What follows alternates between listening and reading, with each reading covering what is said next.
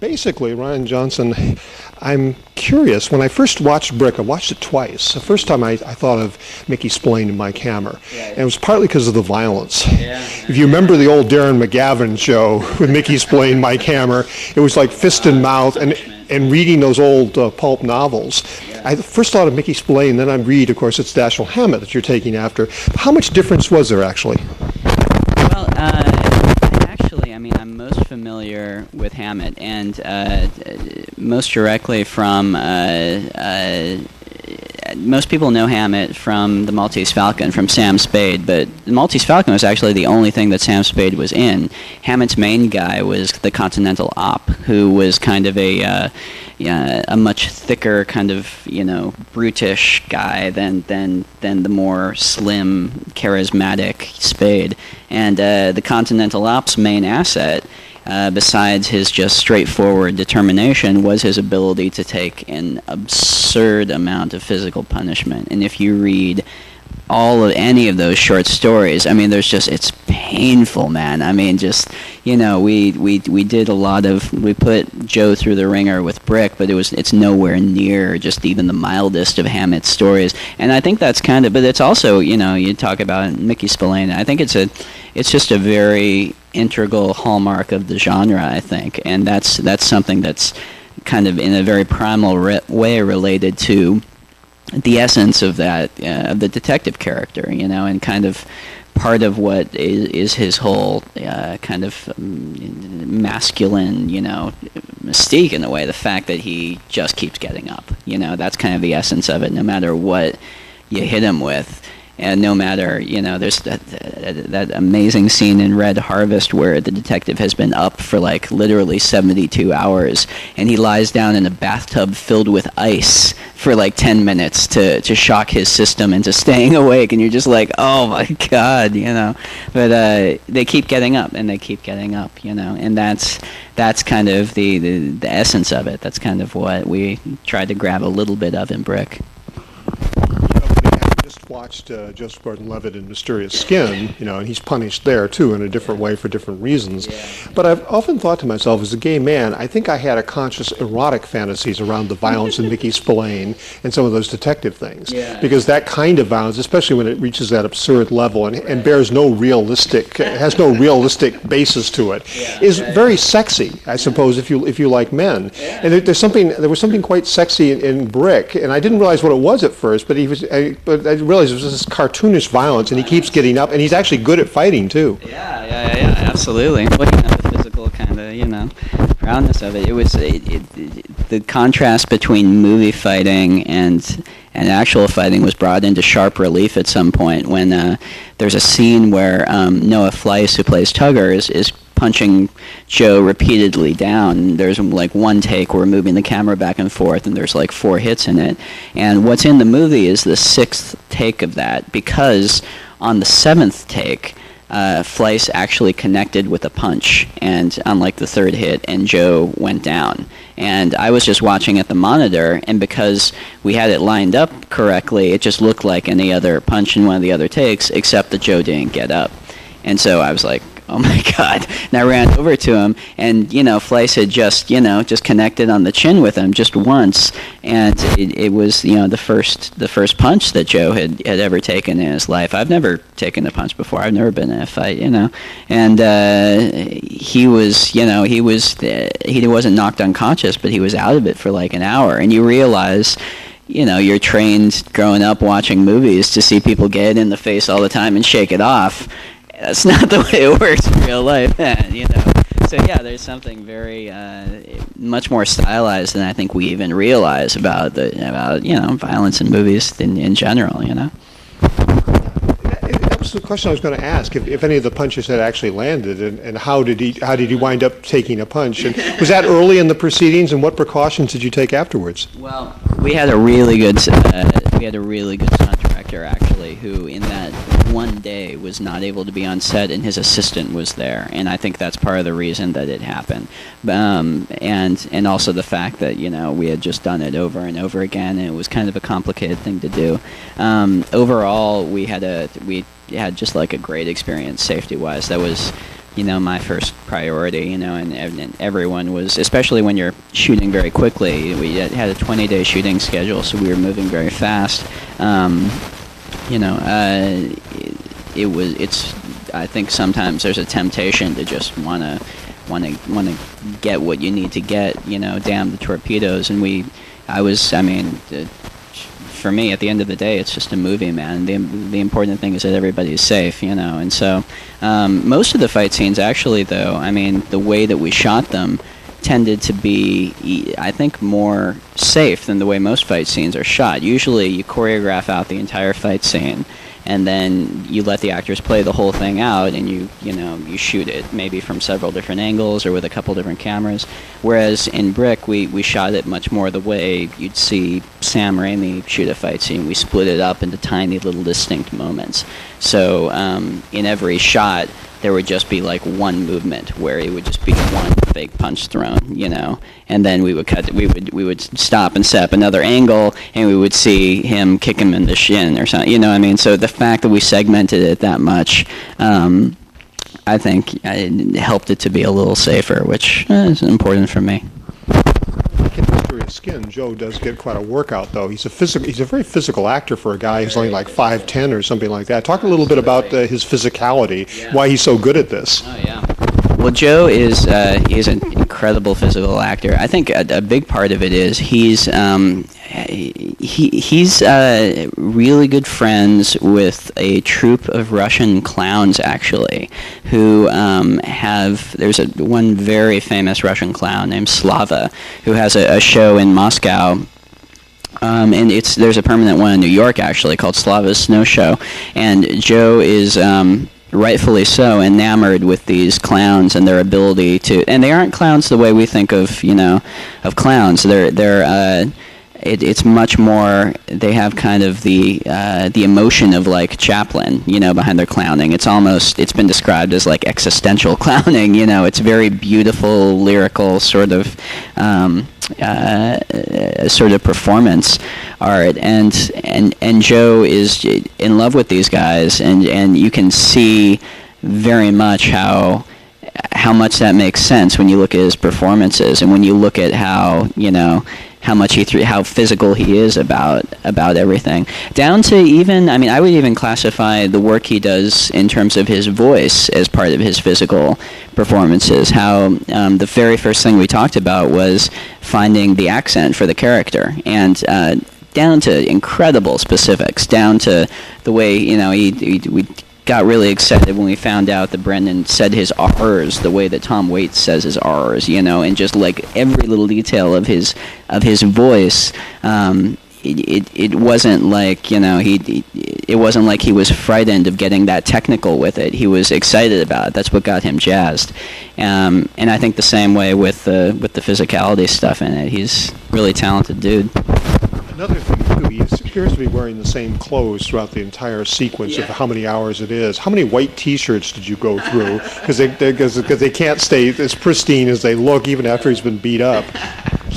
Yeah, we had a couple white T-shirts, although there was, there's that mystical thing about white T-shirts that even though they're all the same, we've all got like one T-shirt that just like fits you great, and you're like, what's different about it? So we had one T-shirt that was the hero shirt, and it kind of got, for the really important close-up scenes, it got dragged out, and so it got a bit smelly by the end of it, I think.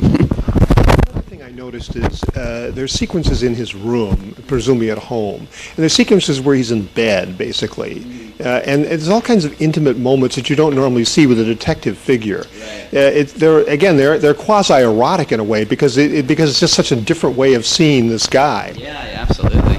Well, that was, even though we were doing, our kind of approach to it was, okay, this is a kid who in 10 years is going to be the Continental Op or Sam Spade, but he's not there yet. He hasn't totally frozen over to that degree yet, and that was part of the thing I think that really kind of intrigued Joe and that we wanted to have fun with, and that we kind of sunk our teeth into a bit was, okay, you have this very cool exterior, but he's still very much an adolescent, and you have currents of very hot emotion running underneath it, and figuring out just the tiny cracks that you'll see that emotion through during the course of the film, you know. And there's the big obvious one where he breaks down and cries at a certain point in the movie, which you wouldn't in 1,000 years catch a hammock detective doing, you know. That would be unheard of, you know. So that, but also just little moments of vulnerability, you know, and little moments of opening himself up like that, and of intimacy that you're right you wouldn't typically see with it. Those were the kind of things that we really kind of relished, and I think became in a way kind of the heart of what we ended up doing with it. So describe the eyeglasses, because he takes them off for the fights, but he has them on too. That's easy to describe if you've seen Miller's Crossing. They were the hat from Miller's Crossing, basically. That's the way we kind of approached them, you know. And they were kind of, you know, they're his. There's kind of that duality between the intellectual figuring things out, and then, like we talked before, the very base being able to get punched in the face 1,000 times and get up, and the fact that he takes his glasses off when it's time to, you know, when it's time to become the punching bag, you know, I think was kind of cool. But yeah, we were very conscious of those as sort of, and if you watch during the movie, the moments that he takes them off, even unrelated to fighting, we thought those out a great deal. So he knows how to fight, not fight fair. Yeah, you know, like going for the guy's legs and things. To talk a little bit about the tactics he uses to overcome his disadvantages. Yeah. He sucker punches people, man. He doesn't throw a fair punch in the entire movie, I think, you know. And it's very much, and this is straight from the, you know, the Continental Op would do the same thing. It doesn't, at the end of the day, what are you talking about? Fight fair? It's a fight. You know, your object is to win, and especially if you're outmassed in terms of your body, you know, your object is to get the other guy down on the ground. And what does fair have to do with it? I think he thinks, you know, he sees the shortest distance between 2 points, and if that involves kicking the other guy in the shin when he's not looking, that's what he does, you know. I saw the film twice, partly because the language is so wonderfully poetic in that blank verse sort of way, but it's also dense, and so the first time you hear it, some of it goes by you. The second time it registers more. Talk a little bit about how you create that, and you create it for these specific actors, but you create it. Right. Yeah. Thank you. Yeah. I mean, it was. I mean, it was, first of all, definitely an obstacle when we were trying to get the movie made. When we were showing the script around, the first question that we got asked a lot was, you know, do they have to talk like that? And it can definitely be a barrier in some ways to, you know, to a lot of viewers. I mean, it's one of the very polarizing things about the movie, whether you're going to be into that and enjoy that, or whether that's going to distance you. And you know, for me, I really enjoy the type of movies where you can kind of sink your arms into them, and where it'll reward you. There's, you know, there's enough stuff that isn't completely immediately accessible where it'll reward you digging into it a little bit. But most of the slang actually comes from, I mean, a lot of it comes from Hammett's period, you know, comes from the beginning of the century.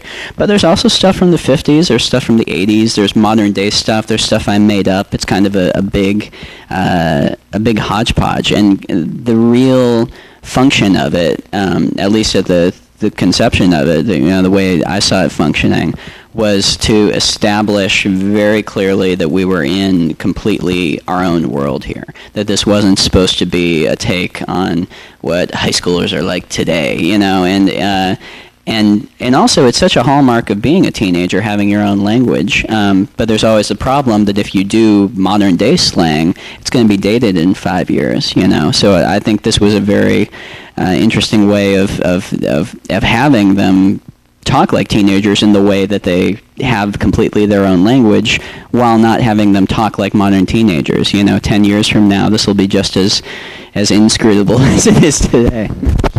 Let's talk about about three other key characters.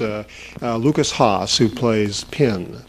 He's a marvelous actor from the time of Witness, and he's this little Amish kid to now. He's grown up in front of our eyes, but he's still this marvelous young man who does this amazing disappearing act, partly because of the haircut and everything. Talk a little bit about getting Lukas Haas and working with him as Pin. Yeah. We got Lukas really at the last minute, the last possible minute, and it was, I mean, he's such a good actor. It was kind of, it was almost the type of thing where I didn't believe we were actually going to get him until he was on set filming. I didn't let myself believe it. We were all really excited at the prospect of him being on. I really hope that I think he can do. Obviously, we've seen him do so many different types of roles. I would love to see him in more character-y stuff like this. I think that he, I think he's just, he can just do that so well, and it's something that I haven't seen him do that often, just kind of be very creepy and character-y, and he's kind of a mix between, in this, and between, Sidney Greenstreet and Peter Lorre, sort of, He's so sexy. Yeah. Yeah, exactly. Yeah, and I think that he's but it was amazing just how comfortable he was in instantly slipping into it. He was another one because we got him so close to the actual time.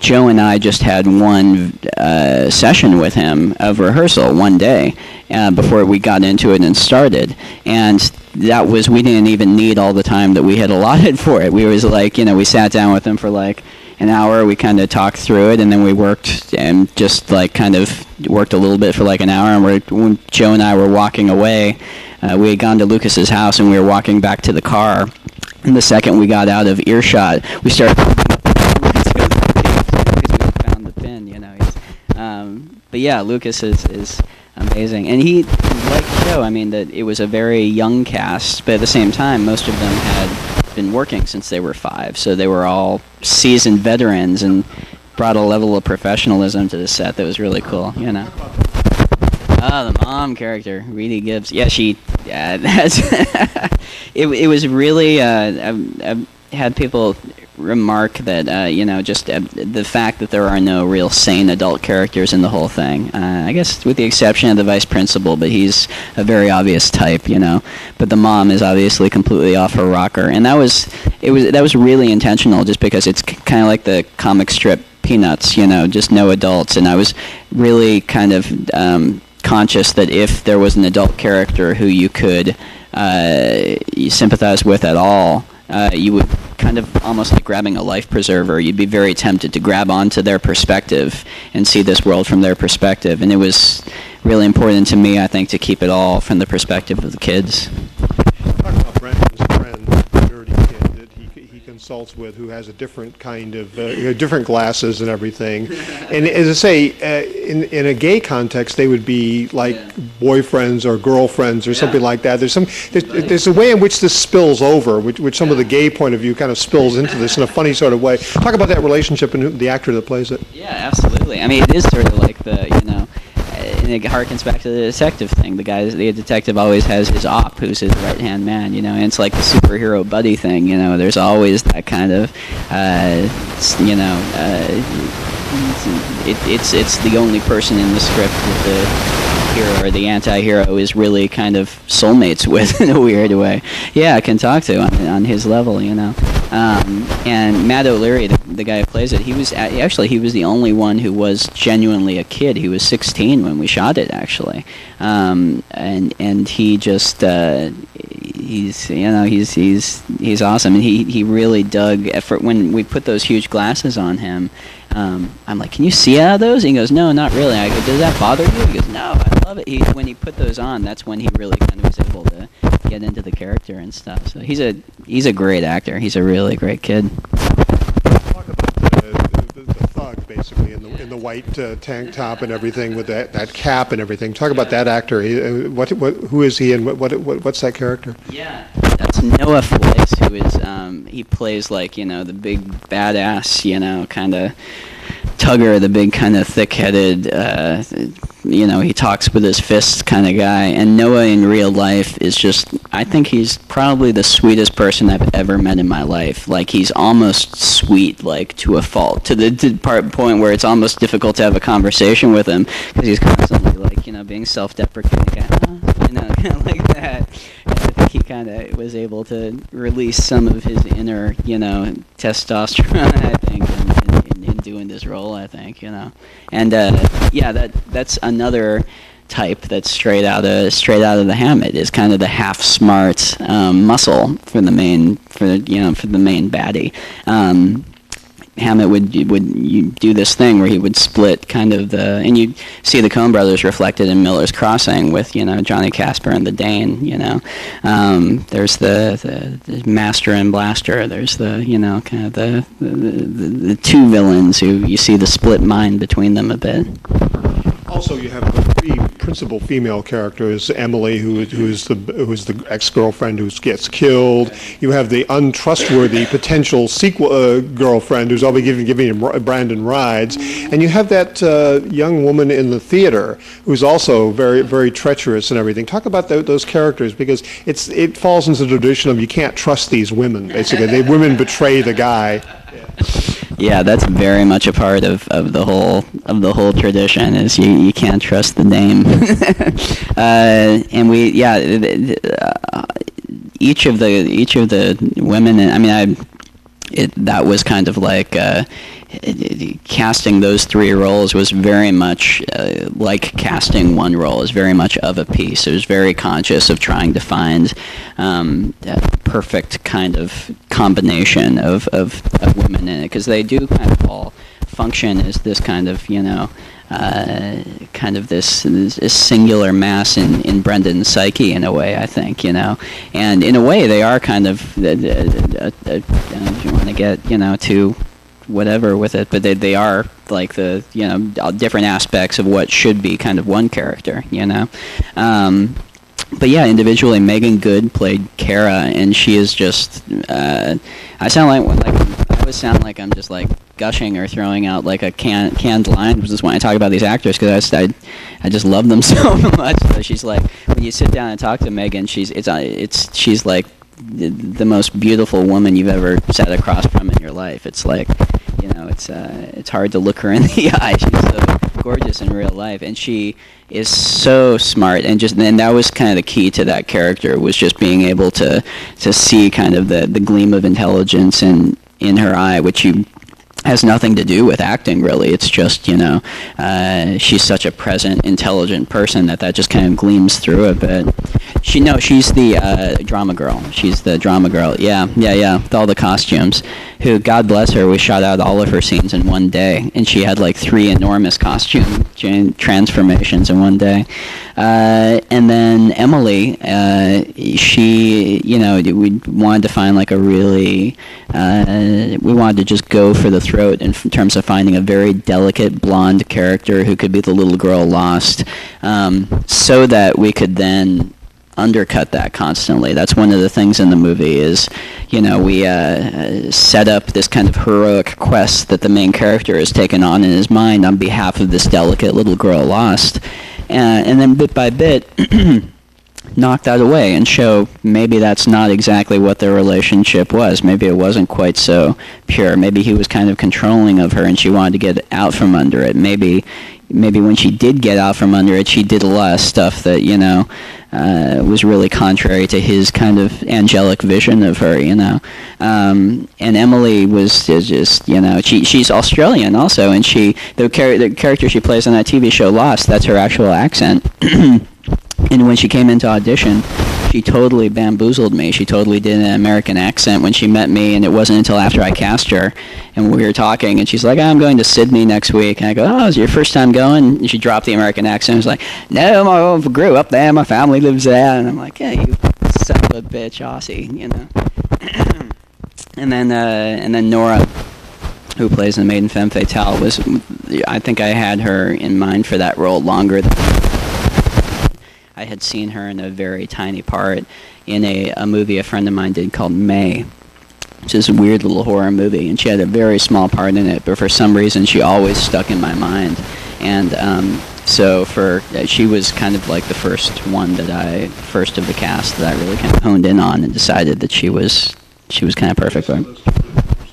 Yeah, she does, but also Mary Astor quality. You know, she's got kind of that like very classic kind of deadly beauty, and she also has a coolness to her, kind of a, you know, she can project kind of a sexy iciness, I think, in a way that fits the character very well. Now, all this is shot around San Clemente, which I previously only associated with Richard Milhouse Nixon, of course. Now, presumably you grew up there and knew this place like the back of your hand. It was very California, but I just loved the advantage you took of it, especially when Joseph was running around that campus and everything. Right. Yeah, exactly. Yeah, I mean, it's funny because now more and more now, I knew it from Nixon, and you know, I knew San Clemente. I just associate it with Nixon land, and you can, you know, it's kind of a divide in the audience when you talk to people. It's like everyone over, like, you know, 25 has that connection, and everyone under is like, huh, what are you talking about, Nixon? You know, but yeah, it was a treat for me, not only because it was like, yeah, it's a beautiful little beach town. It was a great place to kind of get a family atmosphere going with the cast and crew, and it kind of felt like we were all at camp in a way, you know. But also it was kind of because I wrote a lot of the locations in the script around locations in the town, like the drainage tunnel. There was a period where we were scouting out locations in LA because we thought maybe we'd just try and shoot in LA. And I just couldn't find anything like that, you know. It was impossible to recreate it. And the feel of the high school down there, you know, I mean, it's so distinct. It almost feels like a weird institution, sort of, you know. And I think also the wide open spaces lent itself very much to, visually, the movie, you know, I took much more inspiration from, like, Sergio Leone's westerns than I did from film noir, per se, in terms of the visuals. And because everything's very horizontal, everything's very flat and open, you know, that very much lent itself to it. It's almost, when Joseph is running around the camp, it's almost like he's on a horse.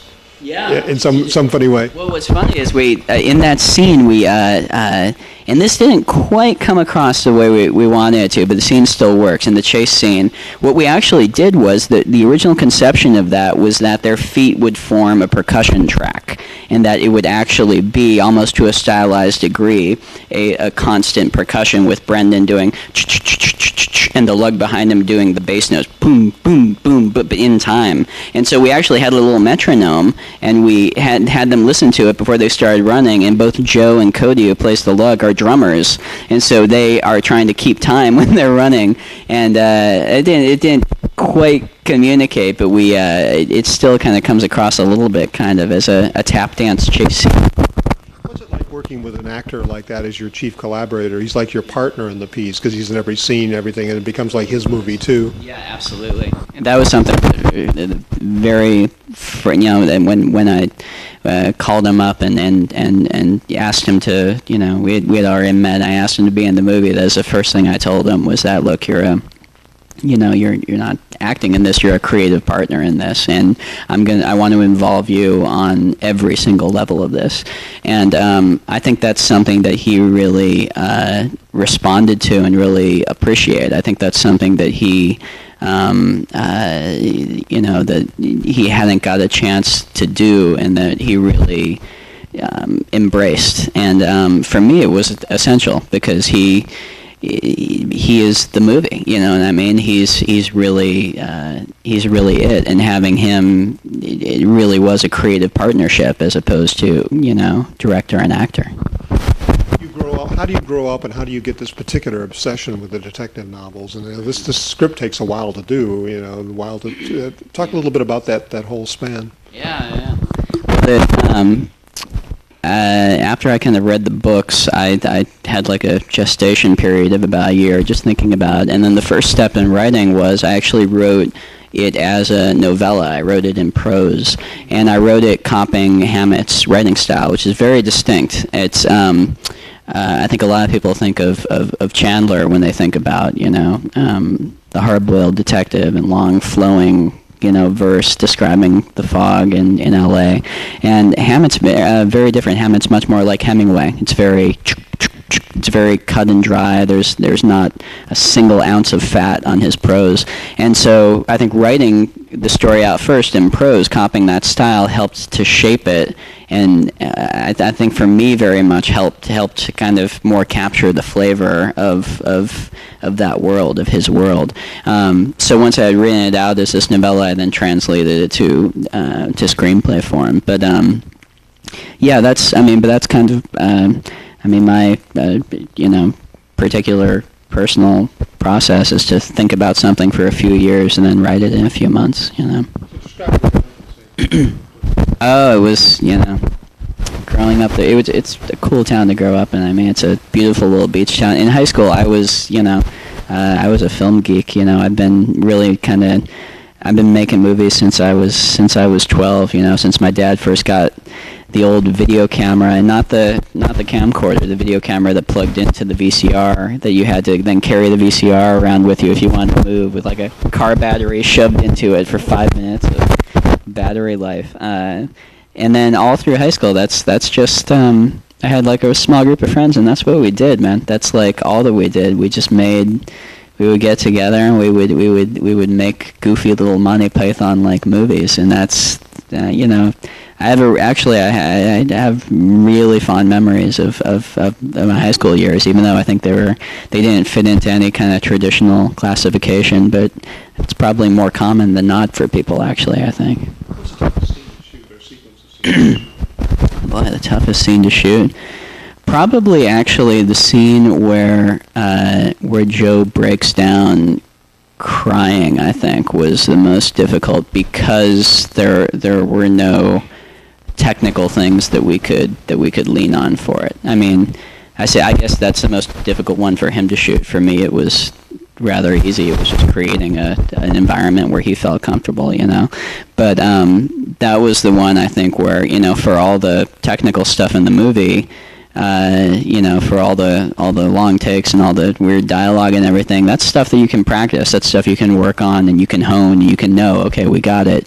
Whereas a scene like that's the scene where when I'm in the theater watching it with an audience, I always kind of tense up and I'm very aware of how people are reacting to it, just because it's the one that I feel like, we have the least amount of kind of intellectual control over, so.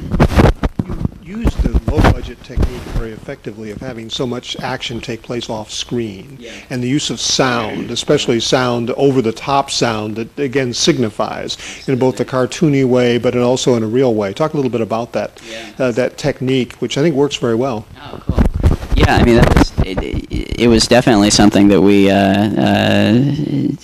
did to facilitate our budget. At the same time, it's something that I just love. I don't know that I would have shot the movie any other way if we had $30 million to do it. I mean, I think in a lot of ways it's more effective to not show something than to show it. I mean, the Coen brothers do that a lot. They use sound to that degree, to a lot, and the scene where they're in the basement and the war is breaking out above their heads, and we just have that long shot of the ceiling. I mean, that's stolen straight from the Birds, I mean, that's Hitchcock, and it's and I think that's more effective than anything we could have shot, no matter what our budget was. They stoking the audience's imagination with sound, I think, is and it's something that I like. I like withholding that a bit. Ultimately, what conclusion does Brandon come to? Brandon gets away from the fight. He gets away from everything. He really becomes the ultimate loner. Yeah, exactly. Well, it's not really it's definitely not a happy ending for him. It's kind of at the end of it, he's won, he's gotten out clean, he's figured out what happened, but has he helped anything? Has he made anything better? Is he actually, no, he's just kind of, he's actually gotten a lot of people, killed, and he's for me, I always kind of saw it in my head, and I never really vocalized this, like to any of the actors, because I didn't want to put this impression on them if that's not where they were at in their heads.